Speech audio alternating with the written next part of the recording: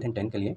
तो इसमें जो प्रीवियस ईयर क्वेश्चन था वो मैंने पिक किया है। इसमें ये तीन जो वेरिएबल का जो है लीनियर इक्वेशन है, ठीक है, जो कि आपको दिख रहा है।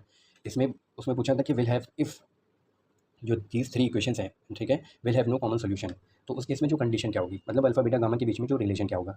तो आपको तीन चीज़ बस बताया, दो चीज़ बताया, एक तो ये उसने लीनियर इक्वेशन दिया है तीन वेरिएबल का, और सेकंड चीज़ बोला है कि इसका नो कॉमन सोल्यूशन है। यहाँ से आपको कैसे प्रोसीड करना है। देखिए, लीनियर इक्वेशन है, तीन वेरिएबल है, ठीक है, तो इसके लिए जो सोल्यूशन फाइंड करने का या सोल्यूशन का नेचर फाइंड करने का जो तरीका होता है उसके लिए डिटर्मिनेंट हम यूज़ करते हैं, ठीक है।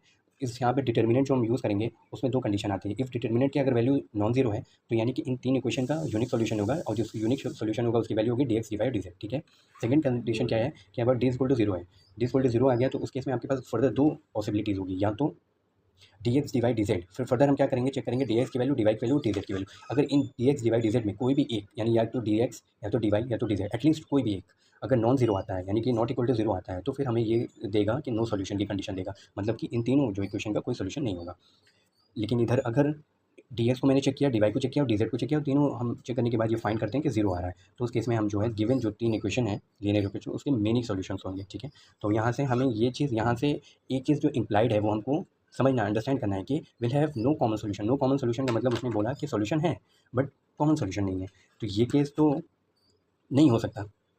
तो इधर हमको जाना नहीं है, या तो ये पॉसिबिलिटी होगी D not equal to zero, और डी अगर जीरो होगा तो सिर्फ हमें ये चेक करना होगा कि डी एक्स डी वाई और D Z is equal to zero होने चाहिए, ठीक है। तो चलिए पहले हम डी चेक करेंगे। डी कैसे बनाते हैं, डी देखिए कोफिशिएंट से हम बनाते हैं, जैसे एक्स की जो कोफिशिएंट है इक्वेशन में उसका ये टर्म कॉलम में जो एलिमेंट्स हैं वो एक्स के कोफिशिएंट है तीनों इक्वेशन में। जैसे कि ये फर्स्ट इक्वेशन, सेकंड इक्वेशन और थर्ड इक्वेशन है, इसमें एक्स का कोफिशिएंट -2, यहाँ पे 1 और यहाँ पे 1। तो पहला कॉलम जो होगा वो -2 1 1। सेकंड कॉलम वाई का कोफिशिएंट 1 2 -2 और 1 1 -2 1। थर्ड का 1 1 और 2 -2 1 1 और -2। तो ये होगा डी की वैल्यू।